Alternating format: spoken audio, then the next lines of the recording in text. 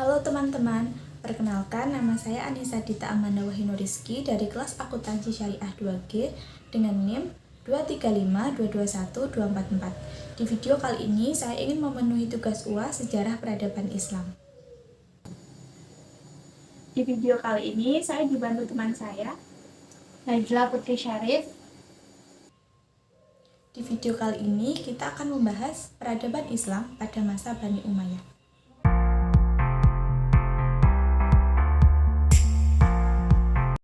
Dinasti Umayyah adalah salah satu masa keemasan dalam sejarah peradaban Islam. Dinasti Umayyah merupakan dinasti pertama yang memerintah di dunia Islam setelah kekhalifahan Khulafaur Rasyidin, yakni mulai tahun 661 hingga 750 Masehi. Pada masa ini, Islam berkembang dan mencapai puncak kejayaan, ditandai dengan kemajuan besar dalam berbagai bidang, seperti politik, arsitektur, seni sastra, dan ilmu pengetahuan. Di video kali ini, kita akan membahas sejarah peradaban Islam pada masa dinasti Umayyah. Untuk lebih lengkapnya, yuk simak video berikut ini.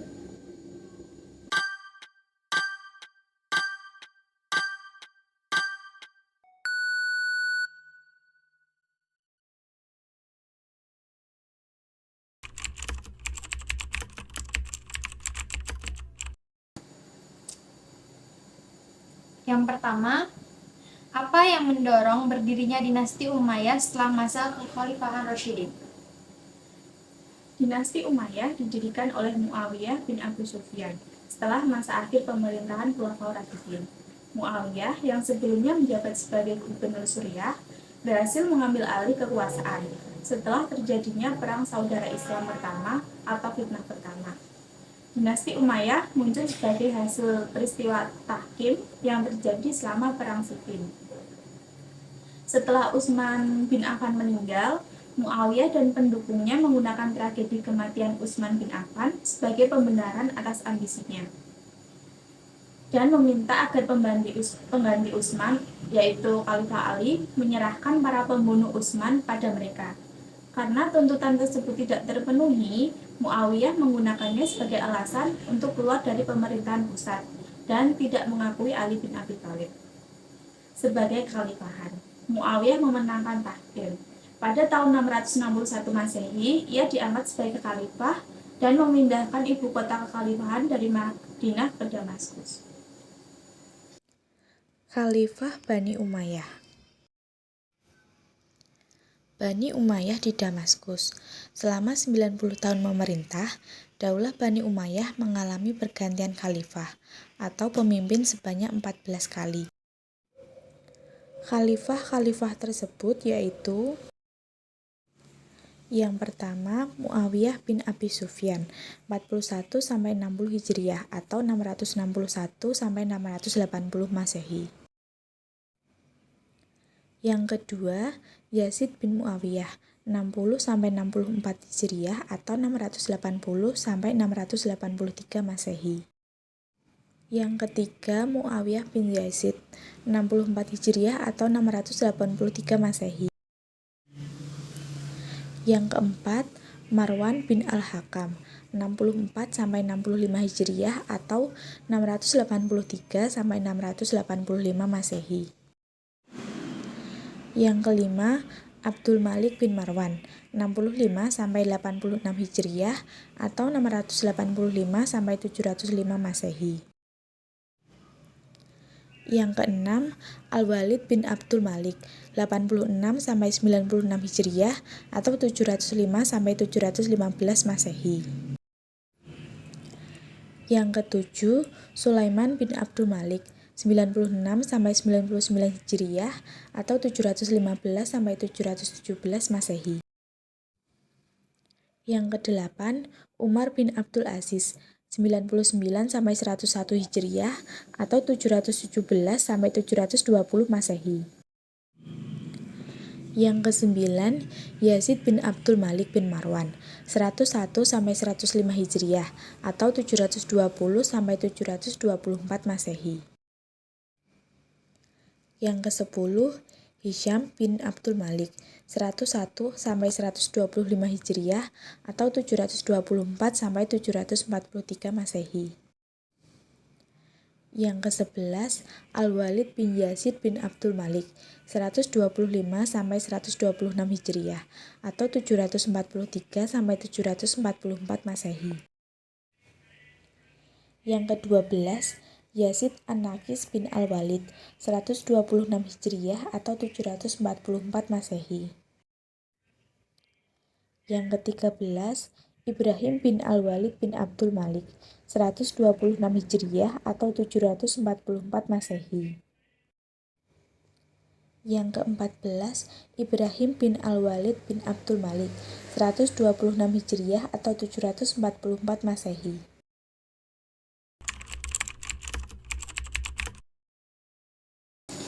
Lalu pertanyaan kedua, mengapa dinasti Umayyah dianggap sebagai masa keemasan peradaban Islam? Dinasti Umayyah dianggap sebagai masa keemasan karena menyaksikan kemajuan politik, ekonomi, sosial, budaya, dan intelektual Islam yang belum pernah terjadi sebelumnya. Semua aspek peradaban mengalami kemajuan pesat di bawah dinasti Umayyah.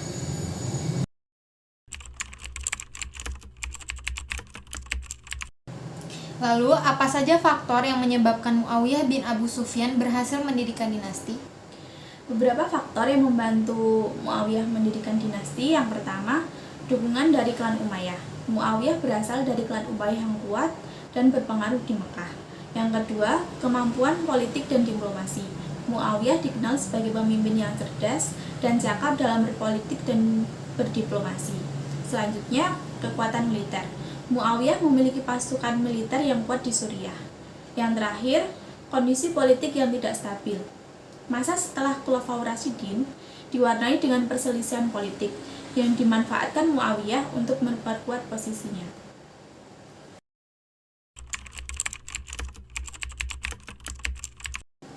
Lalu yang keempat, bagaimana perkembangan politik pada masa Bani Umayyah?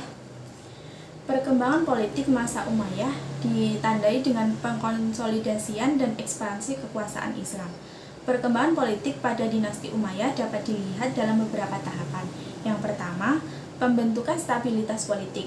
Pada masa awal berdiri dinasti Umayyah, Muawiyah bin Abu Sufyan berusaha menciptakan situasi stabilitas politik dan pemerintahan. Ia mengupayakan konsolidasi kekuasaan serta pembuatan budaya politik baru untuk melanggengkan kekuasaan dan terciptanya sistem pemerintahan Islam yang kuat dan tidak kembali dalam pusaran konflik umat yang berkepanjangan. Yang kedua, pembangunan politik dan ilmu pengetahuan. Dinasti Umayyah juga berkontribusi pada perkembangan politik dan ilmu pengetahuan. Mereka membentuk institusi politik seperti undang-undang pemerintah, dewan menteri, lembaga sekretariat negara, jawatan pos dan giro, serta penasihat-penasihat khusus di bidang politik. Pada masa ini, tata pemerintahan yang baru dan administrasi kenegaraan yang semakin kompleks juga disusun. Yang ketiga, penggunaan kebijakan politik. Muawiyah menggunakan berbagai kebijakan politik untuk menanamkan kekuatan politiknya.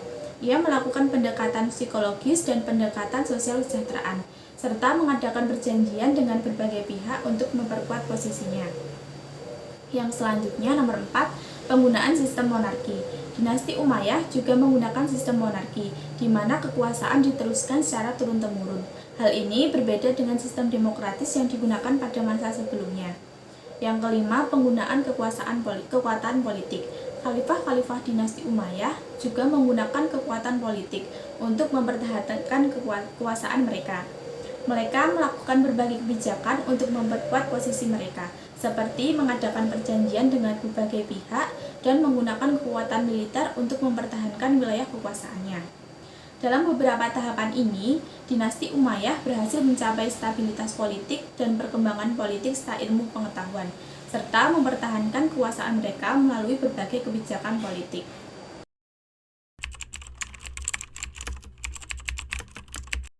Lalu yang kelima, bagaimana ekspansi wilayah yang terjadi pada masa dinasti Umayyah? Fokus utama pemerintahan Bani Umayyah adalah penaklukan dan ekspansi wilayah. Ekspansi yang dilakukan selama periode ini yaitu yang pertama, Afrika Utara. Dinasti Umayyah melanjutkan ekspansi di Afrika Utara yang telah dimulai sebelumnya. Mereka berhasil menaklukkan wilayah-wilayah seperti Mesir, Libya, Tunisia, Aljazair, dan Maroko. Ekspansi ini mencapai puncaknya dengan penaklukan Al-Andalus atau Spanyol pada tahun 711 Masehi di bawah kepemimpinan Jenderal Tariq bin Ziyad. Selanjutnya, Spanyol atau Al-Andalus. Penaklukan Spanyol dimulai pada tahun 711 Masehi dan selesai pada 718 Masehi. Pasukan Umayyah menyeberangi Selat Gibraltar dan mengalahkan kerajaan Visigot di Spanyol. Wilayah ini kemudian menjadi pusat budaya dan ilmu pengetahuan Islam di Eropa selama berabad-abad. Selanjutnya, Asia Tengah dan subbenua India. Dinasti Umayyah juga melakukan ekspansi ke arah timur, memasuki wilayah Asia Tengah. Pasukan mereka mencapai daerah Transoxiana atau sekarang Uzbekistan dan sekitarnya, dan melanjutkan ke arah timur hingga wilayah Sindh di India. Penaklukan ini memperluas pengaruh Islam hingga ke wilayah yang sekarang kita kenal sebagai Pakistan. Selanjutnya, Kaukasus dan Anatolia. Ekspansi Umayyah mencapai wilayah Kaukasus dan Anatolia. Mereka melakukan serangkaian kampanye militer melawan Kekaisaran Bizantium dan berhasil menguasai beberapa wilayah di Kaukasus dan Anatolia Timur. Meskipun mereka tidak berhasil menaklukkan Konstantinopel, tekanan terus-menerus ini melemahkan pertahanan Bizantinum di wilayah perbatasan. Selanjutnya, Mediterania Timur. Di Mediterania Timur, dinasti Umayyah berhasil menguasai beberapa pulau strategis seperti Kreta, Rhodes, dan Siprus. Penguasaan ini memperkuat kontrol mereka atas jalur perdagangan penting di kawasan tersebut. Ekspansi ini tidak hanya memperluas wilayah kekhalifahan, tetapi juga menyebarkan agama dan budaya Islam ke berbagai penjuru dunia. Dinasti Umayyah memainkan peran penting dalam menyatukan wilayah yang luas di bawah satu kekuasaan politik dan agama, serta menciptakan jaringan perdagangan dan komunikasi yang luas. Berikut merupakan wilayah ekspansi yang dilakukan Bani Umayyah.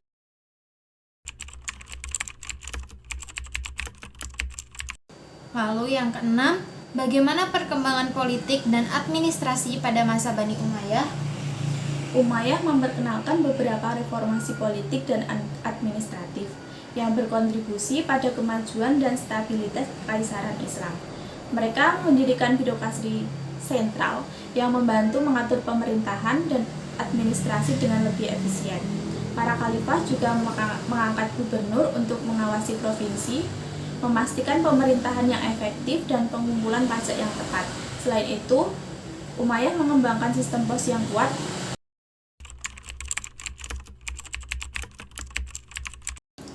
Lalu yang ketujuh, bagaimana perkembangan ekonomi pada masa dinasti Umayyah? Perekonomian pada masa Umayyah sangat maju, didukung oleh perdagangan yang luas. Pembangunan infrastruktur seperti jalan, jembatan, dan saluran irigasi membantu meningkatkan produksi pertanian dan perdagangan. Dinasti ini juga memperkenalkan sistem mata uang yang lebih stabil dan digunakan secara luas di seluruh kekhalifahan.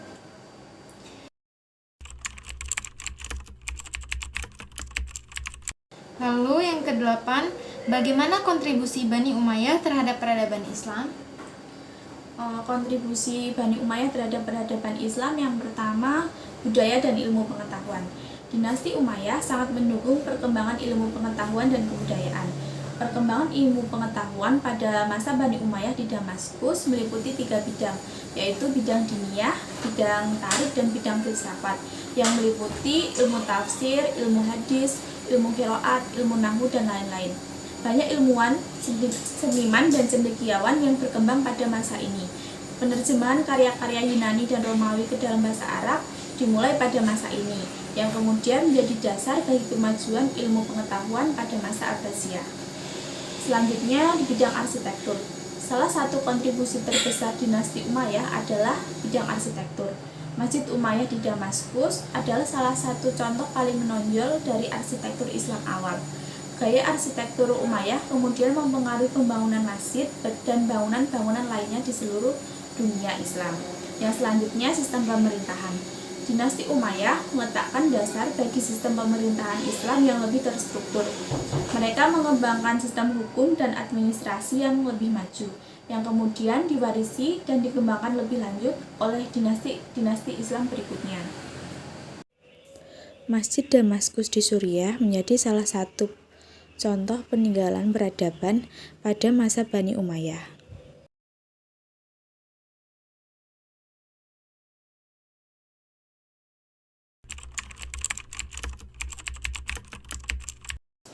Yang terakhir, apa saja faktor yang menyebabkan kemunduran Bani Umayyah?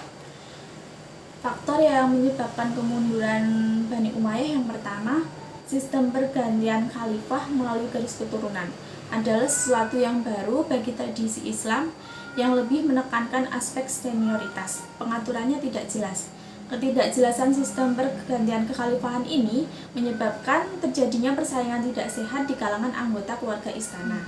Yang kedua, latar belakang terbentuknya dinasti Umayyah tidak bisa dipisahkan dari konflik-konflik politik yang terjadi di masa Khalifah Ali bin Abi Thalib. Sisa-sisa Syiah atau para pengikut setia Ali dan Khawarij terus menjadi gerakan oposisi, baik secara terbuka seperti di awal masa dan akhir maupun secara sembunyi pada pertengahan pemerintahan Bani Umayyah. Penumpasan terhadap gerakan-gerakan ini banyak menyedot kekuatan pemerintah.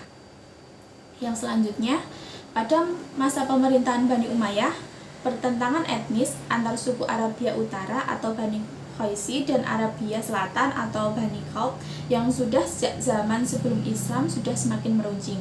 Perselisihan ini mengakibatkan para penguasa Umayyah mendapat kesulitan untuk menegakkan persatuan dan kesatuan.